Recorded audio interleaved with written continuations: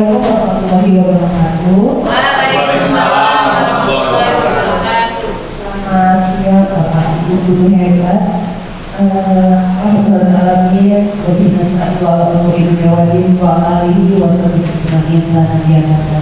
Asyhadu an la ilaha illallah wa asyhadu anna Muhammadan abduhu wa rasuluh.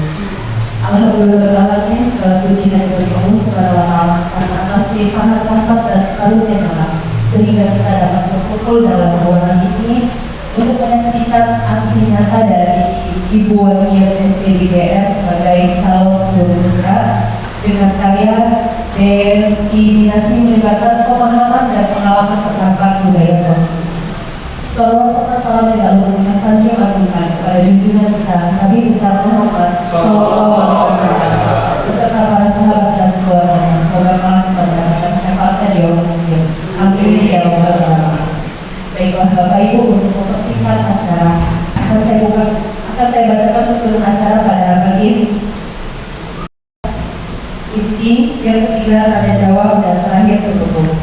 Untuk mendapatkan rahmat dan ridho dari Allah Subhanahu wa taala, marilah kita buka acara hari ini dengan bersama-sama membacakan lafaz basmalah. Bismillahirrahmanirrahim. Peringkat acara selanjutnya ini pemaparan diseminasi melibatkan pemahaman dan pengalaman terhadap budaya positif oleh Ibu Wakil SPDG. Kepada Ibu, silakan.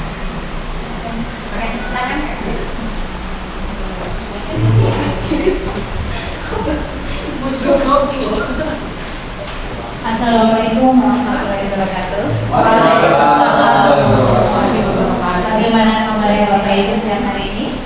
Alhamdulillah, luar biasa. Allahu Akbar. Kayaknya masih kurang semangat ya. Sekarang kita boleh ya semangat itu tadi. Tepuk semangat.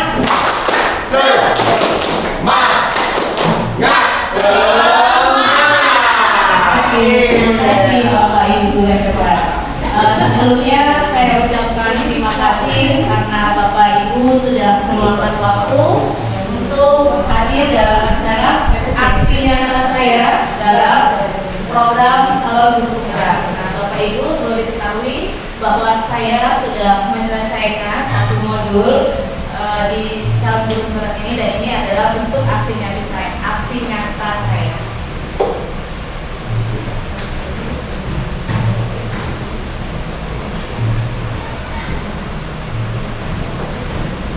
Di sini saya akan melibatkan pemahaman dan penerapan pengalaman budaya positif.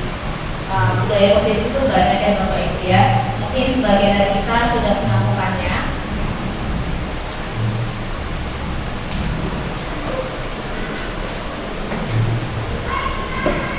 Konsep inti budaya positif. Yang pertama itu adalah perubahan paradigma belajar, disiplin positif, nilai-nilai kebaikan, kebutuhan dasar manusia, motivasi perilaku manusia, posisi kontrol guru, keyakinan kelas, segitiga restitusi.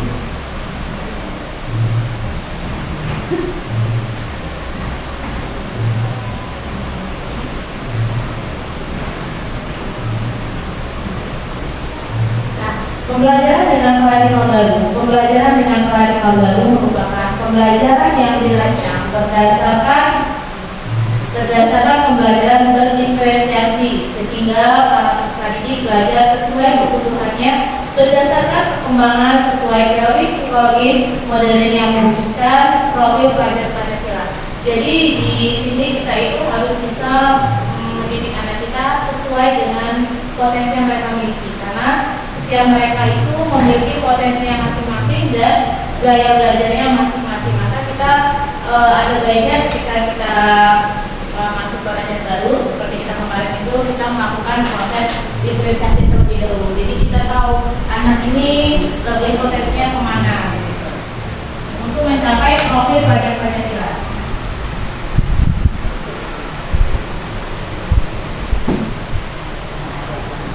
Ini ada beberapa miskonsepsi tentang teori kontrol. Selama ini saya juga berpikir Bapak Ibu bahwa kita ini memegang kontrol pada anak didik kita. Padahal kontrol itu ada pada diri mereka sendiri.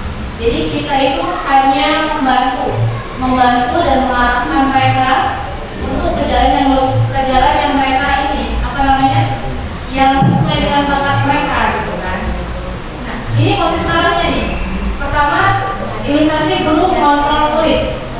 Ilustrasi bahwa semua penguatan positif efektif dan bermanfaat itu dari kita semua bermanfaat, adalah berhenti ya Bapak Ibu. Kemudian ilustrasi bahwa kritik dan membuat rasa bersalah mampu menguatkan karakter. Ilustrasi bahwa orang dewasa berhak memaksa. Ini miskonsepsi tentang teori kontrol.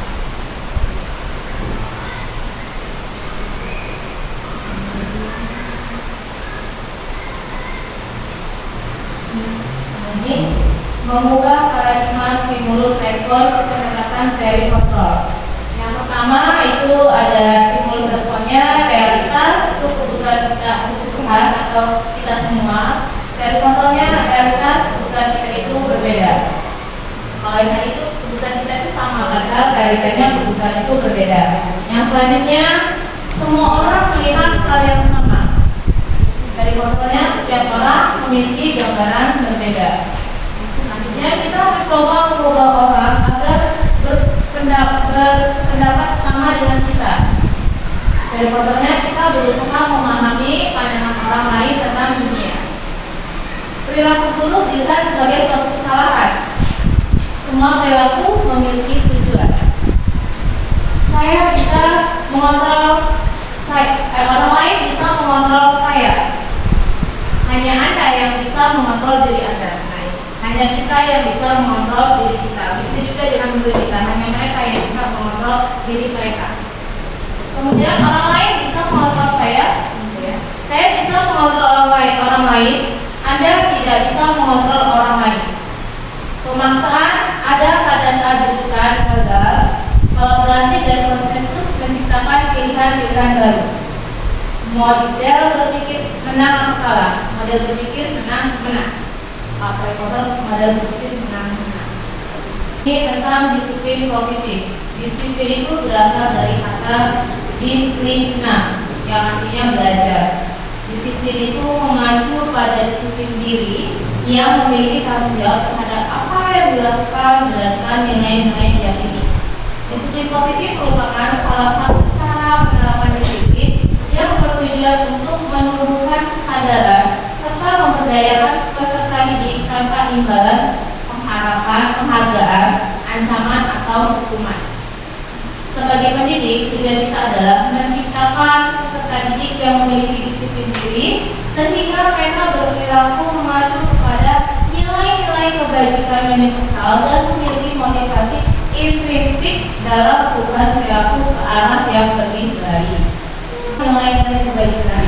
Nilai-nilai yang disepakati bersama lepas dari suku bangsa, agama, bahasa maupun latar belakang.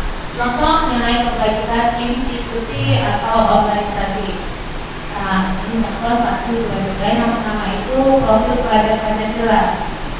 Yang pertama beriman dan bertakwa kepada Tuhan Yang Maha Esa dan berakhlak mulia, berkebijakan global, gotong royong, mandiri, bernarasivis dan kreatif. Yang kedua itu Ibo Primary Years Program. Ini tentang toleransi, rasa hormat, integritas, mandiri, menghargai, antusias, empati, keingintahuan, kreativitas, kerjasama, percaya diri, dan komitmen. Yang ketiga itu adalah keterampilan hidup, dapat dipercaya, tulus hati, pendengar yang aktif, tidak merendahkan orang lain, dan memberikan yang terbaik dari diri. Bapak Ibu, ini ada kebutuhan dasar manusia. Kebutuhan dasar manusia adalah segala sesuatu yang kita lakukan untuk mendapatkan apa yang kita inginkan. Seluruh tindakan yang kita lakukan memiliki tujuan tertentu, dan semua usaha terbaik yang kita lakukan adalah dalam rangka agar kebutuhan dasar kita terpenuhi dengan baik. Ada 5 kebutuhan dasar manusia. Yang pertama itu bertahan hidup. Manusia untuk dapat bertahan hidup itu memerlukan apa Bapak Ibu? Makanan, pakaian, tempat tinggal, keamanan, dan kesehatan. Kemudian ada lagi kebutuhan kasih sayang dan rasa diterima.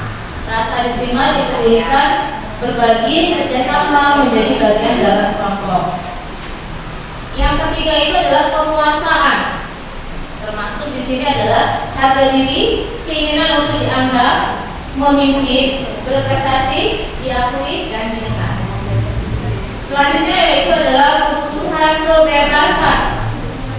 Itu ada mandiri, memiliki pilihan, mencoba hal baru, mampu mengendalikan arah dirinya. Yang keenam itu adalah kebutuhan kesenangan, yaitu bermain, humor, antusias, dan tertawa. Pasti perilaku manusia itu untuk menghindari ketidaknyamanan hukuman, untuk mendapatkan imbalan penghargaan dari orang lain. Kedua itu termasuk motivasi ekstrinsik atau kita kenal dengan motivasi yang dari luar.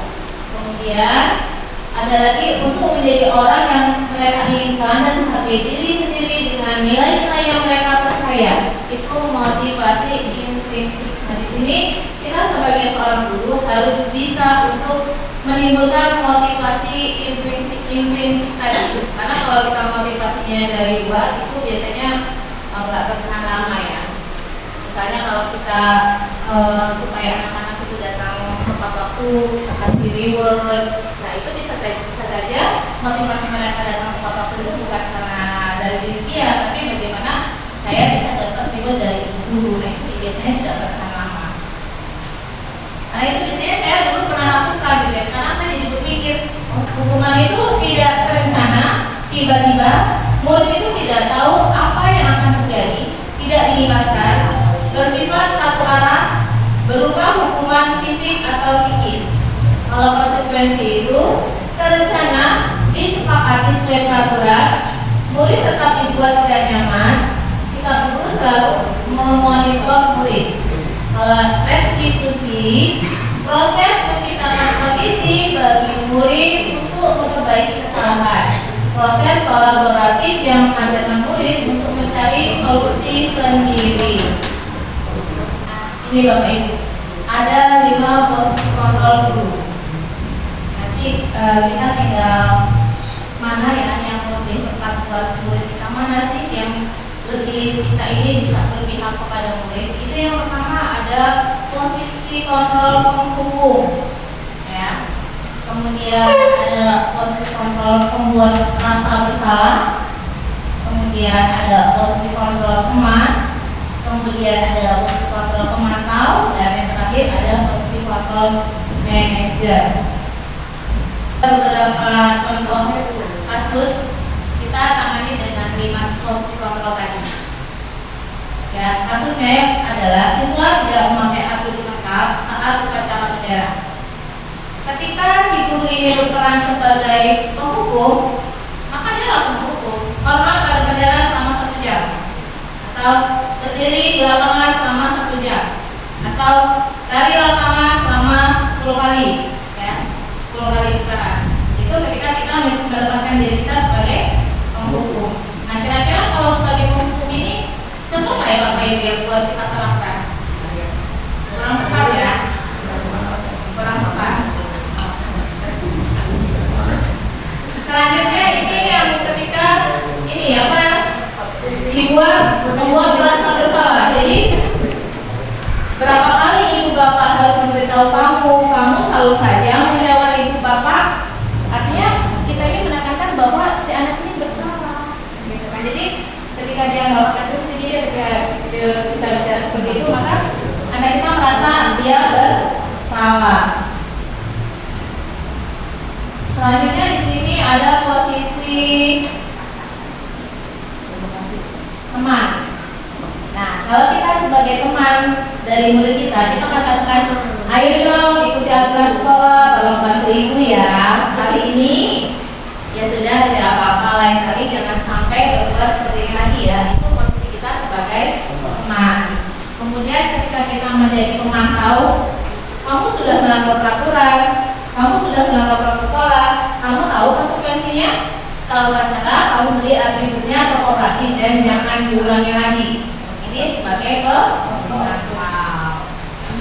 Ada lagi yang terakhir sebagai manajer. Berarti buat ini pemantau.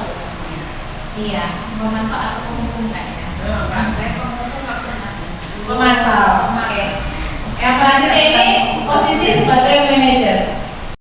Dari sekian kontrol guru itu menurut Bapak Ibu mana yang kira-kira itu berpihak kepada murid? Nggak ada manajer, kemudian teman, pemantau. Tapi jujur ya Bapak Ibu, terkadang saya juga kadang masih yang sebagai tukang kontrol, ya kan? Karena kita kadang-kadang kita kesel ya sama anak kita, tapi setelah saya masuk di CGP ini saya benar-benar menyadari bahwa sebenarnya itu tuh ya Allah, ternyata saya ini yang selama ini saya merasa diri saya baik, ya merasa diri saya itu saya mau udah hebat, ya saya mau udah bisa ini itu, tapi ternyata ketika saya masuk ke dalam sini itu saya benar-benar merasa kalau besar. Saya dulu merasa gini Bapak Ibu, kita anak-anak itu adalah kertas putih, ya. Saya dulu selalu gitu, anak-anak itu adalah kertas putih, sehingga bagaimana cara kita mewarnainya, mau jadi apa anak itu. Saya selalu berpikir seperti itu, tapi ternyata setelah saya masuk di CGP ini itu terpatahkan Bapak Ibu. Ternyata anak-anak itu sudah memiliki kodratnya, dari lahir. Ya, mereka nggak putih lagi, mereka sudah punya. Jadi artinya di situ tugas kita itu adalah menuntut mereka, mengembangkan potensi mereka. Di situ saya baru benar-benar sadar bahwa oh ternyata selama ini saya salah. Gitu ya. Jadi ayo Bapak Ibu ikuti gitu. Ini kira-kira psikolog apa ya? Nih, saya bacain ya. Saya kecewa sekali dengan kamu. Kira-kira posisi kontra apa ya Bapak Ibu yang diambil ini? Saya kecewa sekali. Mantap. Masalah apa? Saya kecewa sekali dengan masalah. Merasa bersalah. Bersalah. Iya, dari posisinya. Posisi. Membuat bersalah. Membuat rasa bersalah. Memantau itu lebih komen. Ini kan dia membuat kita rasanya kecewa. Saya kecewa sekali sama kamu. Akhirnya ketika saya berbicara dengan ibu ya, itu saya mulai sayang.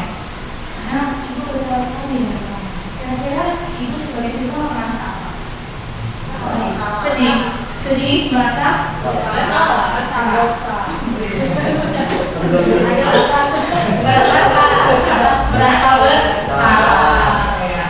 Nah, selanjutnya ada lagi nih. Kita terus-terus terbagi. Nah, saya merasa apa tadi? Bersalah. Ibu merasa kecewa dengan kamu. Ada. Jadi nanti kita di sini akan belajar yang namanya segitiga restitusi. Jadi di situ kita belajar menyelesaikan masalah dengan membuat anak ini menyadari kesalahannya. Gitu. Tapi nanti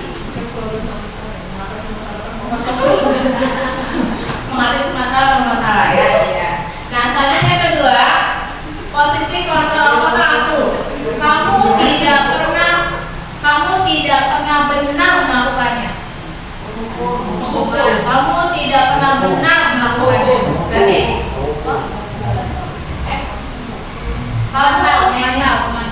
kamu tidak pernah benar melakukan kamu tidak pernah.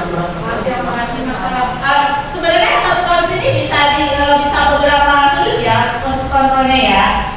Kamu tidak pernah benar melakukannya. Satu, dia bisa pemantau, dia bisa, tapi dia juga bisa membuat rasa bersalah. Jadi saya salah terus melakukannya, ya kan? Tapi kamu tidak pernah benar melakukannya. Berarti saya salah terus. Berarti kan dia merasa bersalah kan? Jadi saya harus bagaimana gitu kan ini. Jadi ini selanjutnya ada lagi ini.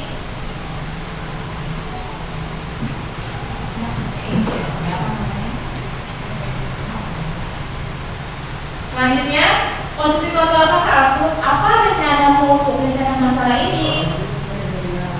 Manajer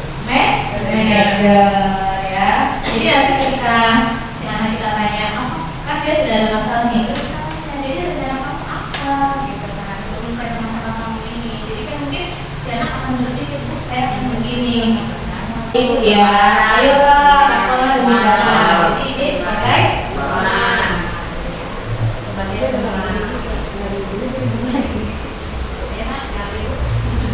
sampai sini bisa dipahami Bapak Ibu?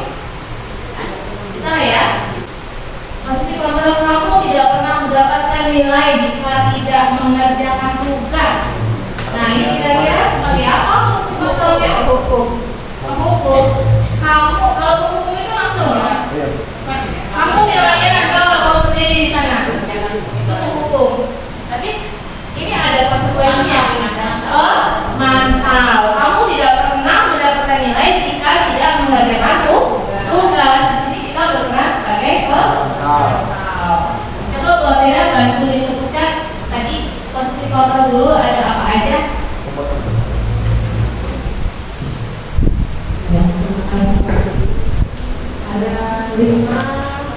posisi kontrol dulu, yaitu yang pertama pendukung, yang kedua pembatasan bersama, yang ketiga pemantau, yang keempat pengalaman, yang keempat pemantau, dan yang terakhir manajer. Mau disebutkan sama? Oh boleh Ibu. Sebutkan saja.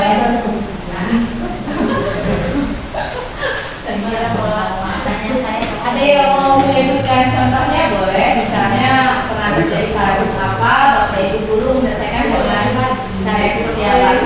Bisa? Boleh. Pengalaman dari kasus ibu RP.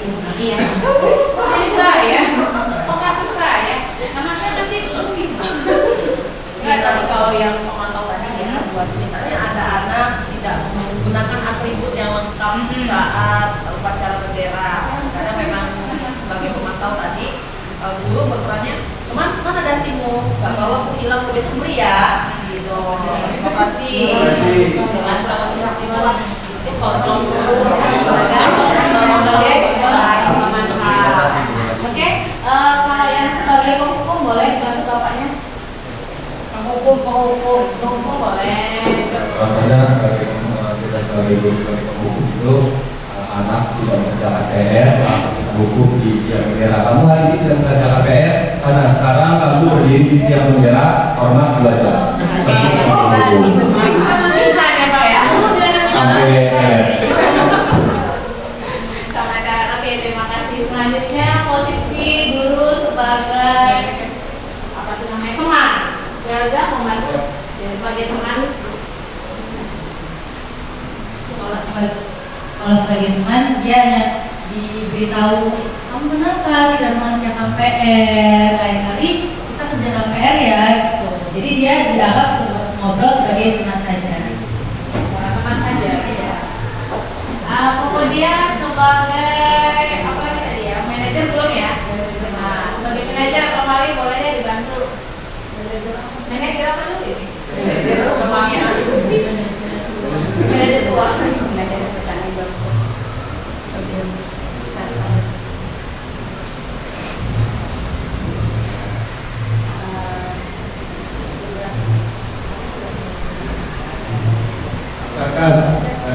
Misalkan ada salah satu anak yang tidak mengerjakan tugas, artinya kita sebagai guru mengatakan kepada si anak sudah mengerjakan tugas, kenapa nak tidak mengerjakan tugas? Kenapa alasannya ditanya kenapa dia tidak memberikan dan tidak mengerjakan tugas dan dikasih waktu untuk mengerjakan tugas. Begitu, terima Oke, kasih. terima kasih Bapak. Selanjutnya satu lagi sebagai apa tadi? Yang belum sebagai pemantau pemantau sudah. Sudah salah. Iya, sebagai ini apa namanya? Guru yang merasa bersalah itu kita boleh dibantu. Pina ini nanti buat Pina.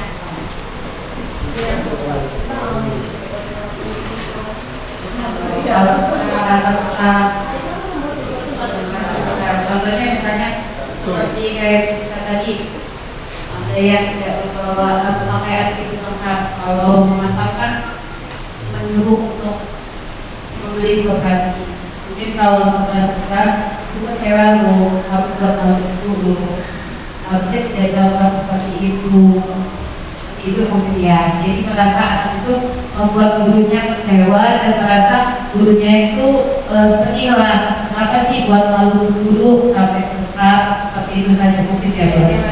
Iya. Terima kasih Ibu Pina. Tepuk tangan buat kita semua.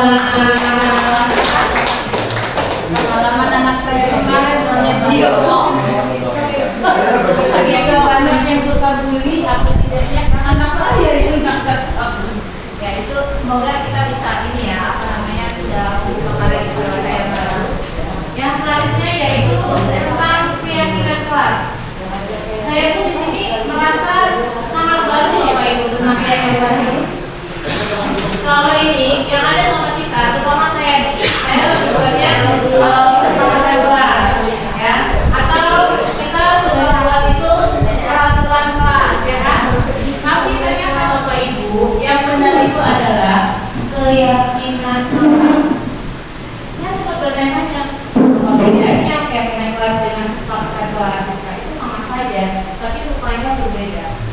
keyakinan kelas itu adalah yang kesepakatan kelas itu juga sama sebenarnya. Kita diskusi dengan anak, kita buat, nah ayo kita buat kesepakatan kelas, artinya ini yang membuat kita dan guru. Jadi bersama-sama maka kita terbitkan kesepakatan kelas. Tapi ternyata ini belum tepat rupanya kesepakatan kelas ini. Yang tepat itu adalah keyakinan kelas. Jadi keyakinan kelas. Besok kita bisa buat ya Bapak Ibu tentang keyakinan kelas. Tentang keyakinan kelas.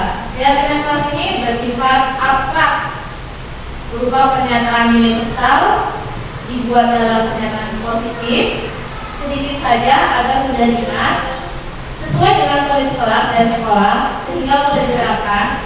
Semua warga sekolah, warga kelas dilibatkan saat membuat keyakinan kelas. Mungkin kita kalau di keyakinan kelas kita lebih ke kelas kita aja ya, kita libatkan ya. Segitiga restitusi. Nah, kita dapat menyelesaikan masalah yang ada pada peserta didik kita itu dengan segitiga restitusi. Banyak kan masalah yang saya hadapi?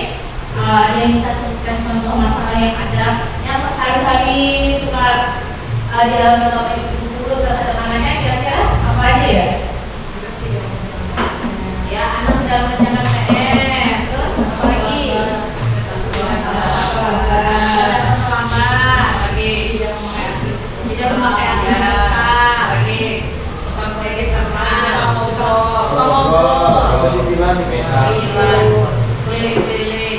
keliling-keliling ya tahu apa saya berantem luar biasa lawan guru nama bapak ini yang pakai nama bapak dari berawal dari kayak nama ibu nama bapak lama-lama berkelahi ya kan lama-lama jadi bertengkar ya. Nah ini kita bisa selesaikan dengan yang namanya segitiga restitusi. Segitiga restitusi itu adalah suatu proses dialog yang dijalankan oleh guru agar dapat menghasilkan murid yang mandiri dan bertanggung jawab. Ada 3 tahapan segitiga restitusi. Yang pertama itu menstabilkan identitas. Kemudian validasi tindakan yang salah. Kemudian menanyakan keyakinan. Yang ini maksudnya keyakinan khas kita yang sudah kita sepakati ya Bapak Ibu ya.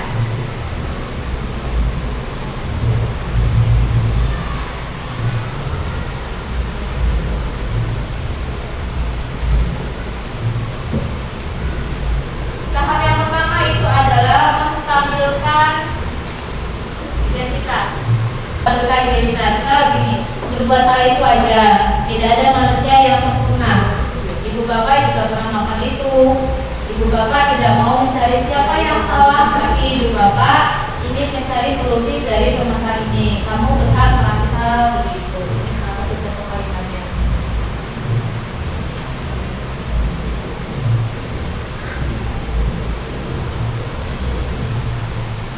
Kemudian ada lagi validasi tindakan yang salah. Berdasar prinsip setiap perilaku berupaya memenuhi suatu kebutuhan tertentu.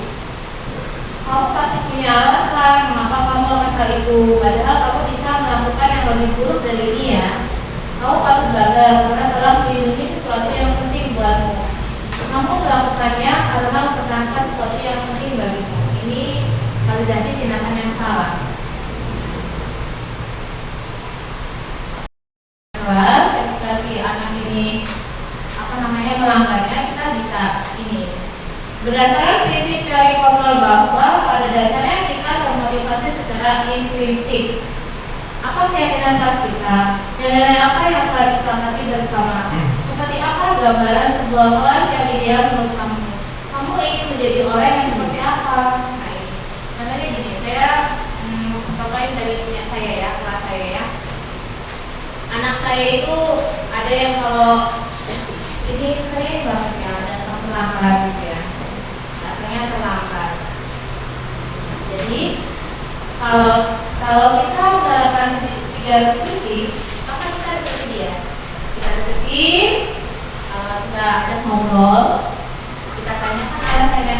Kalau 3 diskusi itu lebih berpihak kepada murid ya, jadi kita tidak boleh memakai yang menghukum atau sebagai membuat merasa bersalah, tapi kita bisa memakai yang sebagai sebagai proses kontrol manajer atau memantau. Kita bisa tanya, kenapa kamu mau ini dan kesianan? Terus kan bapaknya itu tuh saya lihat kemalaman misalnya gitu ya. Nah, biasanya dijawab saya bapaknya kemalaman. Terus kita tanya lagi, apa yang kamu lakukan? Kamu bapak dilihat sama malam gitu kan ya. Oh saya ini bu main HP segala macam gitu kan ya. Terus kita tanya kira-kira kamu ini apa namanya sudah melakukan itu loh sesuai dengan ini yang pas kita. Jadi kita dekati dengan hati lah intinya ya. Selanjutnya di sini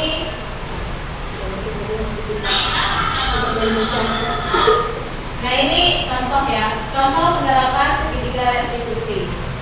Agak musik sih karena modelnya di sini ya.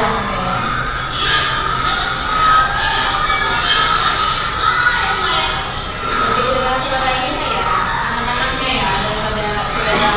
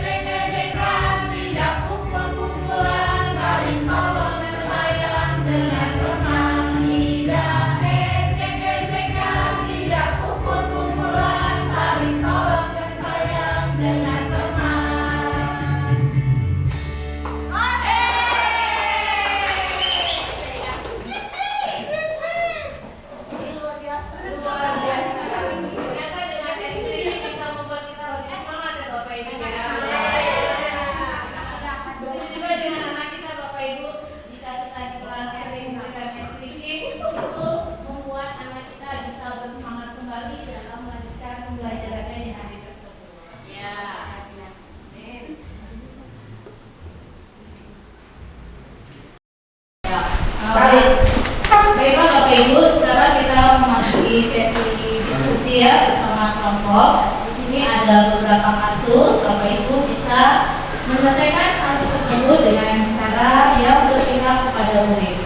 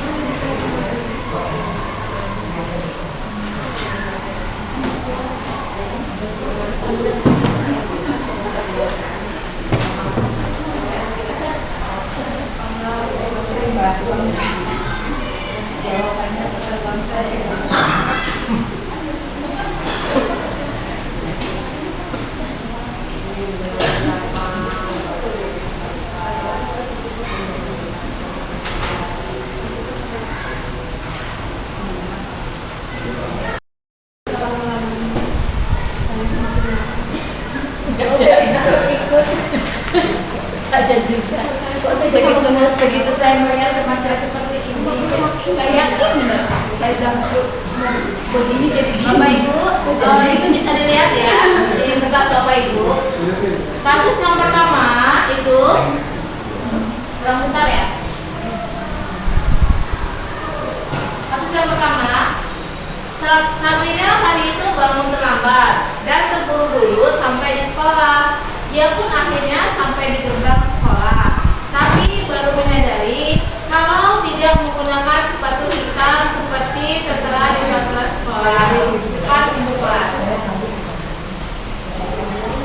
Bapak Lukman perhatikan sepatu Sabrina yang berwarna coklat. Sabrina berusaha menjelaskan bahwa dia terburu-buru dan salah mengenakan sepatu. Pak Lukman menanyakan Sabrina, apa peraturan sekolah tentang seragam warna sepatu? Sabrina menjawab, sudah mengetahui sepatu harus berwarna hitam. Namun terburu-buru dan salah mengenakan sepatu. Selain tidak mungkin kembali pulang karena rumahnya jauh sekali, Pak Lukman tetap bersikeras pada peraturan yang berlaku dan mengatakan, ya sudah, kamu sudah melanggar peraturan sekolah. Kamu salah, sudah terlambat. Salah pula warna sepatunya. Segera buka sepatumu kalau tidak bisa mengenakan warna sepatu sesuai peraturan. Sabrina meminta maaf dan memohon kembali kepada Pak Lukman agar tetap dapat mengenakan sepatunya dan terjadi tidak akan mengulang kesalahannya. Namun Pak Lukman tidak mau tahu. Tidak, kamu telah melanggar peraturan sekolah. Kalau tidak sanggup, ambil sepatu di rumah atau diantarkan sepatu ke sekolah. Ya sudah, kalau tidak bersepatu saja, sekalian sekolah. Sekarang copot sepatumu dan silakan belajar tanpa sepatu seharian. Sabrina pun dengan berat hati mencopot sepatunya dan memberikannya kepada Pak Lukman. Seharian dia tidak berani berkeliling sekolah karena malu dan lebih banyak berdiam diri di kelas tanpa alas sepatu. Nah, ini yang perlu Bapak diskusikan. Dalam kasus di atas, sikap fungsi apakah yang diambil oleh Pak Lukman? Jelaskan apakah indikatornya. Boleh didiskusikan. Kemudian, bila Bapak Lukman mengambil posisi seorang manajer, apa yang akan dikatakannya? Pertanyaan-pertanyaan seperti apakah yang akan diajukan Sabrina? Jelaskan. Kira-kira, bila Anda adalah kepala sekolah di sekolah tersebut, nilai kebajikan apa yang dituju oleh peraturan harus berwarna hitam? Bagaimana Anda menyikapi langkah yang diambil Pak Lukman mengenai kasus tersebut? Nah, ini boleh didiskusikan. Oke. Nanti satu kelompok boleh maju ke depan buat Pak. Satu kelompok misalnya ini kan ini kelompok satu, ini kelompok dua. Ya, lagi sama dulu ya. Oke. Dan nama boleh Pak? Kamu nyerah saya kayaknya. Ya. Ya kan? Ada punya.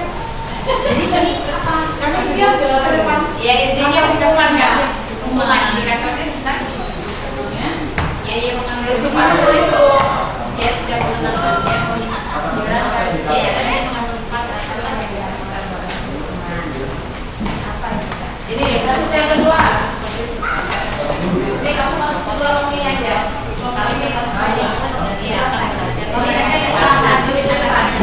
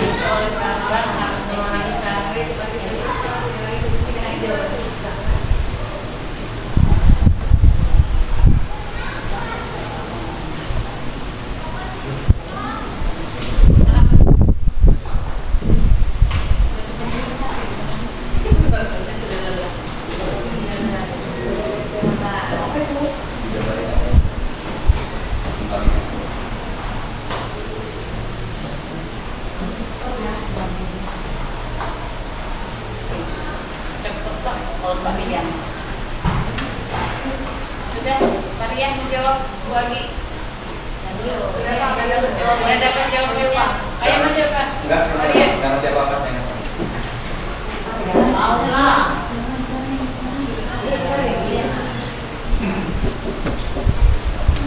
Gue kok keluar masuk terus.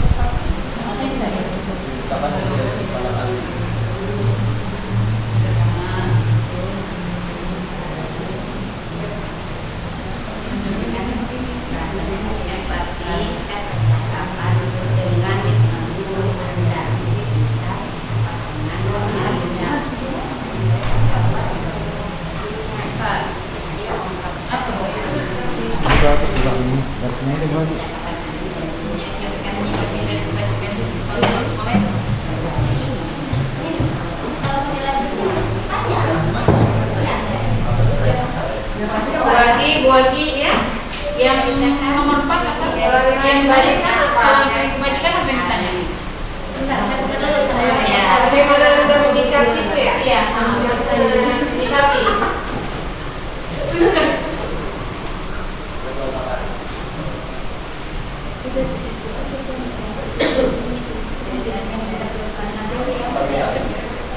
Ayo silau.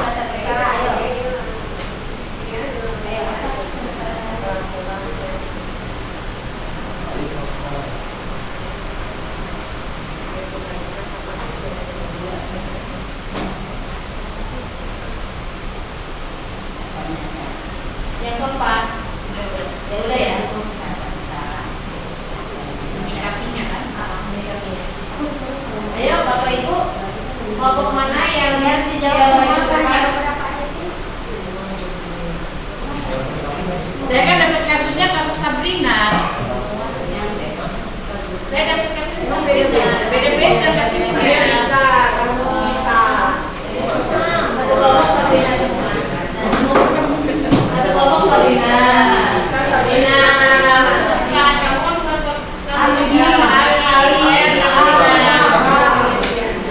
alinya dia. Nanti BP ya, berarti mana satu kelompok maju. Ada yang sudah siap Bapak Ibu? Maju. Maju saya dulu ya, apa-apa. Maju. Maju bekerja. Satu kelompok Ibu. Maju semua. Oh, satu kelompok maju semua. Yang ngomong Elza. Elza yang ngomong. Assalamualaikum warahmatullahi wabarakatuh. Ini mana? Ini saya kilometer ini. Ya, Ibu.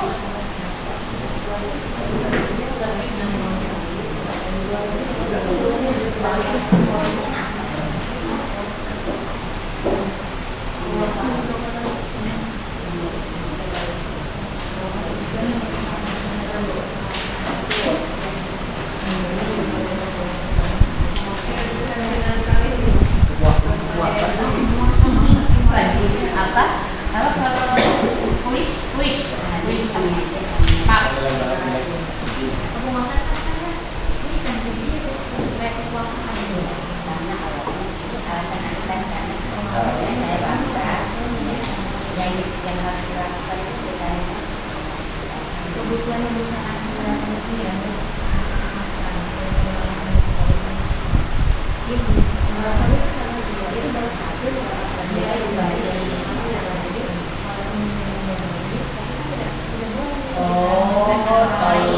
Maksudnya awalnya dia sudah bagus, pemasakannya dia udah bagus nih.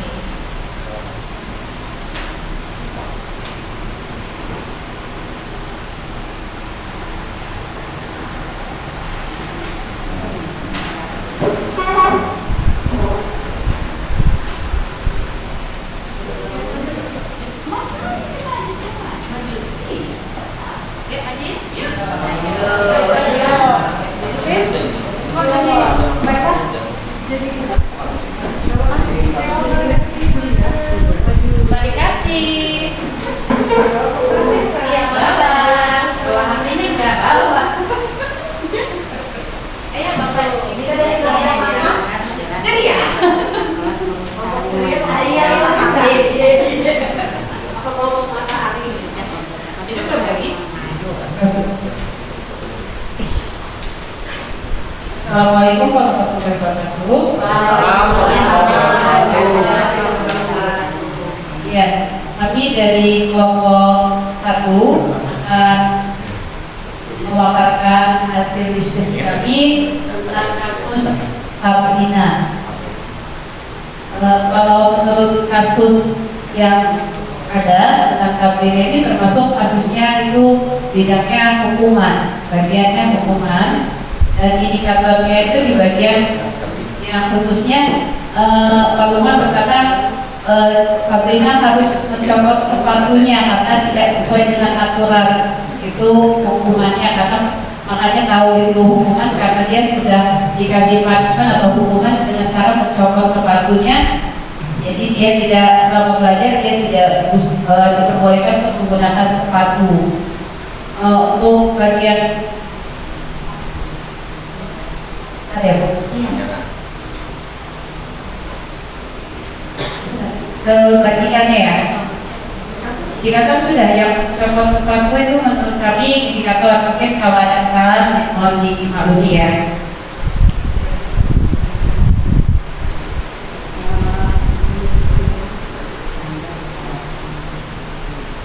Ya, kebagian apa yang ingin dituju oleh peraturan pendidikan, maksudnya ya, sebagai kepala sekolah. Ya, saya berandai jika saya sebagai kepala sekolah itu nilai kebajikan yang ada itu ya kesederhanaan, empati dan komitmen kita untuk peraturan yang sudah kita lakukan di sekolah. Itu nilai kebajikan yang kami anggap itu benar kalau sesuai dengan kasus. Kalau ada keliru maaf ya Bu Adi, namanya masih belajar. Untuk menyikapinya, menyikapi dari kebajikan itu ya contohnya Pak Lukman itu benar sudah melakukan hukuman. Pak Lukman benar karena peraturan seluruhnya itu bagi Sabrina itu kurang lebih apa ya, bisa iya, karena cara menyikapinya karena Pak Lukman itu melakukan hukuman menegur karena itu sudah sesuai peraturan sekolah. Jadi menegakkan aturan sekolah. Jadi Pak Lukman dengan cara memberi hukuman ya seperti itu kurang lebih. Ya, bisa ada yang pernah cukup? Iya. Saya rasa hasil dari diskusi kami mudah-mudahan dapat memuaskan dan diterima. Saya akhiri wabillahi taufiq. Wassalamualaikum warahmatullahi wabarakatuh. Waalaikumsalam warahmatullahi wabarakatuh. Terima kasih Ibu, luar biasa hebat, luar sekali. Hebat sekali. Semangat Bapak Ibu semua. Ada selanjutnya.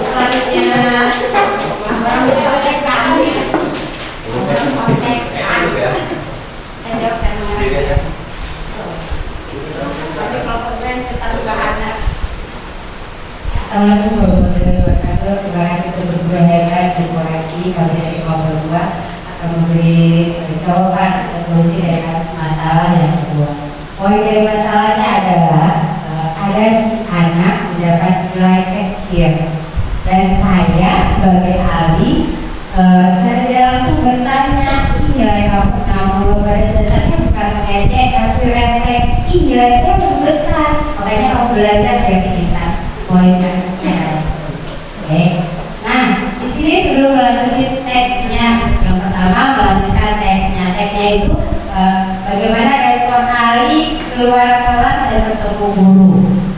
Ya, pasti saya sebagai ahli pasti ketika ketemu guru bilang maaf ya Bu ya, saya keluar kelas dikatakan karena di sini teksnya adalah ahli sudah merasa bersalah tapi belum meminta maaf karena malu dengan rekan-rekan. Akhirnya ahli keluar kelas. Jadi kalau lanjutin stepnya udah pasti ahli meminta maaf kepada guru. Guru pasti bertanya, ya kenapa? Oh saya melukai hati teman saya mengejek teman saya, membandingkan nilai saya dengan Amira dan Amira menangis. Di situ pasti guru udah punya respon, anaknya merasa bersalah. Lanjutannya intinya ahli masuk kelas dan meminta maaf. Itu poin lanjutan teks yang diminta betul.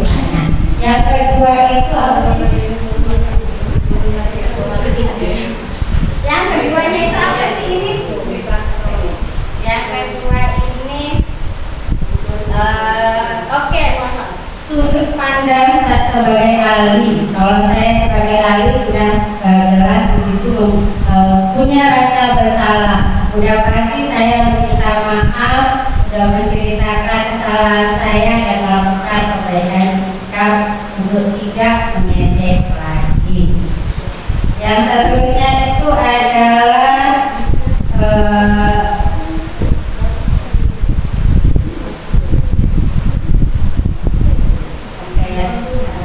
kebutuhan Anda jika ditanya alasan alih mengejek kawan karena awalnya merasa bangga ya. Awalnya mengejek merasa bangga, pokoknya berarti untuk mensupport saling untuk tidak merasa bangga, tapi untuk saling berbagi, tidak untuk mengejek. Terus ke depan bisa sama-sama belajar bersama Amira kembali. Lanjut yang terakhir ini adalah apa nih? Keyakinan yang dilanggar. Katakan saling menghormati poin soal ketiga. Ya, mengedukasi si Ali, saya sendiri yang pasti untuk mengingat kembali apa kata Bu Guru bahwa kita harus saling menghargai, menghormati, dan sebaiknya sikap kita belajar bersama teman hingga teman pun mampu meraih nilai yang baik seperti saya.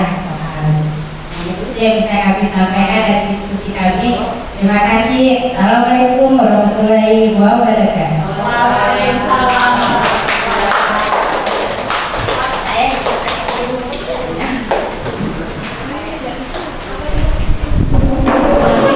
Hebat semua Bapak Ibu menyelesaikan masalah ini.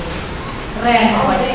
Bapak Ibu, tadi kita sudah menyelesaikan sesi diskusi. Nah, sekarang kita akan masuk ke sesi tanya jawab. Dari materi pemaparan yang sudah saya berikan dari hasil diskusi tadi, adakah dari Bapak Ibu yang ingin bertanya? Oke, Tanya. Ya agak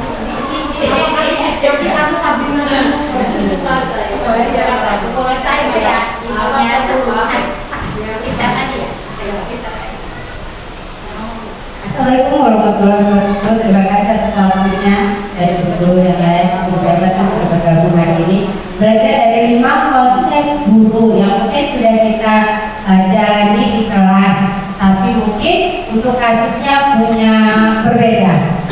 Andaikan nih salah satu kasus di kelas saya, jika ada anak tidak mampu mengungkapkan rasa bersalah dan dia lebih memilih punishment yang tepat untuk konsep 5 konsep untuk guru yang tepat untuk menangani siswa ini seperti apa? Haruskah kita benar kasih punishment atau anak itu punya pilihan, Bu saya lakukan ini aja deh, boleh tidak? Salah tidak dari 5 konsep guru saya? Terima kasih. baik, inilah pertanyaan yang luar biasa yang bagus sekali. Bapak Ibu, adakah di sini yang bisa membantu menjawab dari kasus yang disampaikan oleh Ibu Mira? Ada yang bisa membantu? Pertanyaannya, jika dia salah jelas, jadi si anak ini bersalah, tapi dia ini tidak bisa atau tidak mau mengungkapkan rasa bersalah dia. Si anak ini lebih memilih untuk dihukum. Ya, si anak ini lebih memilih untuk dihukum. Kira-kira sebagai seorang guru, kontrol apa yang harus kita ambil supaya anak ini ya nggak seperti itu? Ada yang bisa bantu Bapak Ibu? Boleh? Oke, Ibu Abida mau membantu boleh? Assalamualaikum warahmatullahi wabarakatuh. Ya, belajar dari kasusnya Mas Budha itu banyak terjadi ya, karena anak tidak biasa mengungkapkan sesuatu atau merasa malu.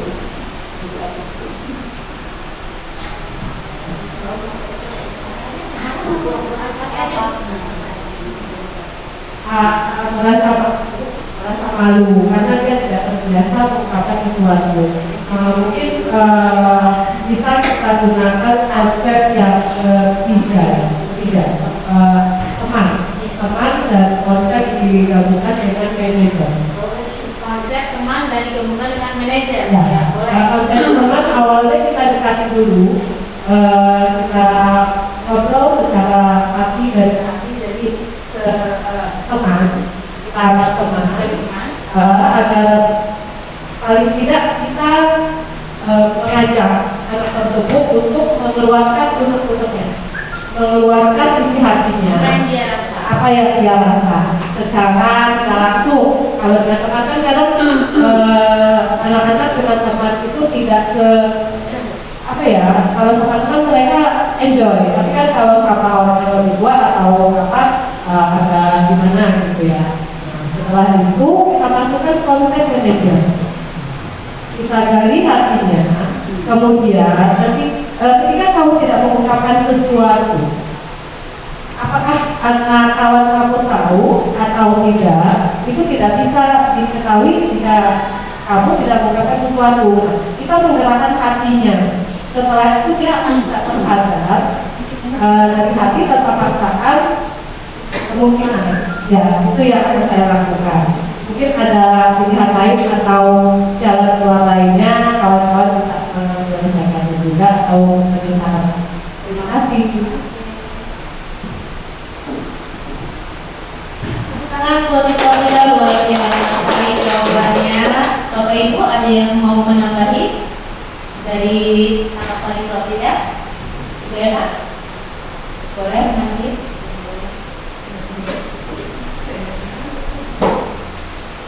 Assalamualaikum warahmatullahi wabarakatuh. Waalaikumsalam warahmatullahi wabarakatuh.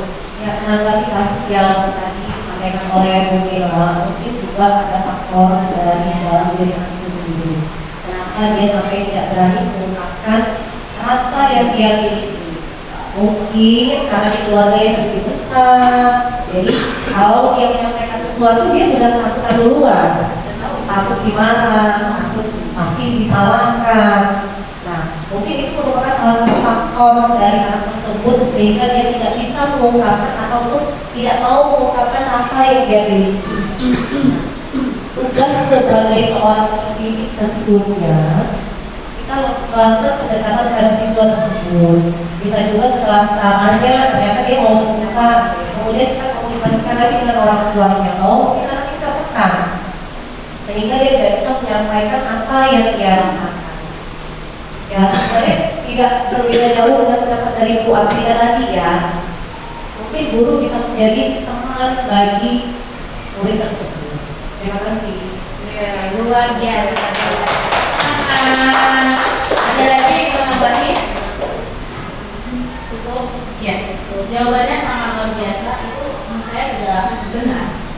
Atau mungkin bisa juga ya, dari jawaban yang diberikan oleh Ibu Eva dan Ibu Afrida itu menurut saya sudah tepat ya, sudah tepat. Hanya saya sedikit menambahkan bahwa bisa jadi si anak ini memang sudah memiliki kebiasaan di rumah. Mungkin si anak ini ketika dia di rumah sudah biasa menerima hukuman, ketika melakukan kesalahan dihukum. Sehingga anak ini ketika melakukan kesalahan sudah bersiap diri. Ya sudah lalu saya dukung aja, karena sudah biasa dilakukan. Jadi sebenarnya didikan yang kurang tepat ya. Jadi di sini kita sebagai seorang guru harus dapat menggali apa penyebab masalah dari anak kita. Kita bisa jadi teman, bisa jadi manajer, itu supaya anak itu tergali dan mau terbuka terhadap kita. Baiklah Bapak Ibu, ada lagi yang tanya? Cukup. Saya ucapkan terima kasih atas kemudian waktunya. Berikut itu yang bisa saya sampaikan. Semoga dapat bermanfaat. Selanjutnya saya silakan kepada Ibu MC. Saya ini wassalamualaikum warahmatullahi wabarakatuh.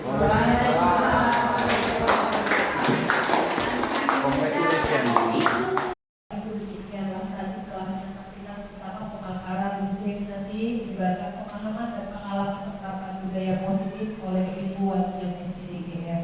Semoga apa yang diberikan oleh Ibu Wakil SPDGR dapat memberi manfaat untuk kita selaku pendidik dan mencerdaskan anak bangsa kita menuju pelajar dengan profil Pancasila.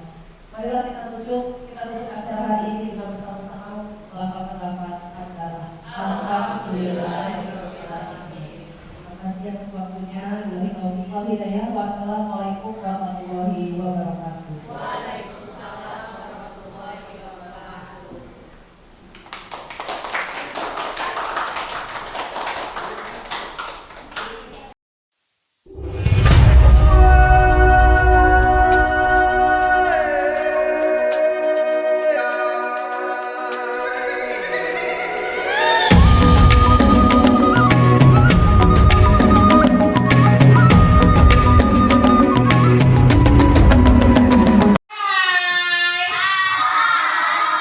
Kalau bilang hai jawabnya hello hello. Bagaimana kabarnya hari ini?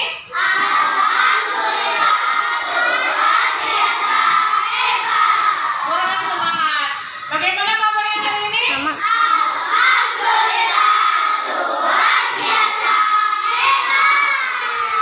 Tepuk tangan buat kita semua.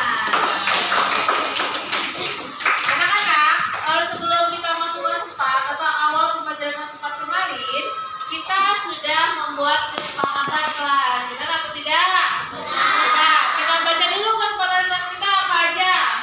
Yuk, masih ingat nggak tuh? Yang pertama? Terus?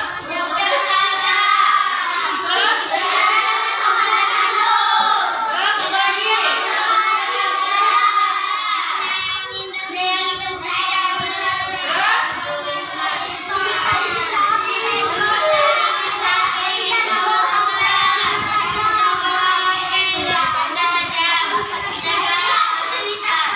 Iya, itu kesepakatan kelas kita. Kesepakatan kelas kemarin yang membuat itu siapa? Kita? Ada ibu, ada juga kak kalian. Kita diskusi secara bersama-sama. Sekarang kita akan membuat keyakinan kelas. Keyakinan kelas. Jadi keyakinan kelas itu sesuatu yang kita yakin dan kita lakukan agar kita bisa lebih semangat lagi datang ke sekolah. Maka kita memiliki keyakinan kelas. Keyakinan kelas itu nggak jauh berbeda dengan kesepakatan kelas yang sudah kita buat. Bisa nggak? Bisa. Yang pertama, datang tepat waktu. Datang tepat waktu itu artinya apa, Nak? Disiplin. Ya kan? Datang lebih awal, disiplin waktu boleh, ya kan? Terus apa lagi? Misalnya kita harus ngapain lagi dengan teman kita? Bang, misalnya saling menyayangi. Terus artinya apa? Menyayangi teman. Kemudian menghargai teman.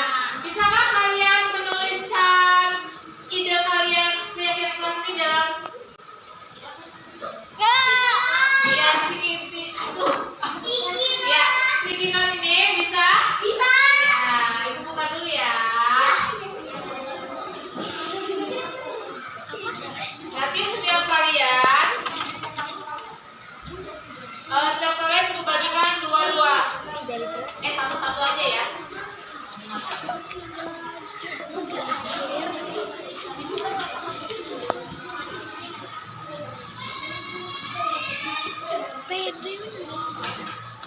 Oke, ini kelompok ini mau apa? Berapa orang? 3 ya? 4 ya? 3. Capek gua. Terus kemudian mau apa? Hah? Kuning, biru, orange.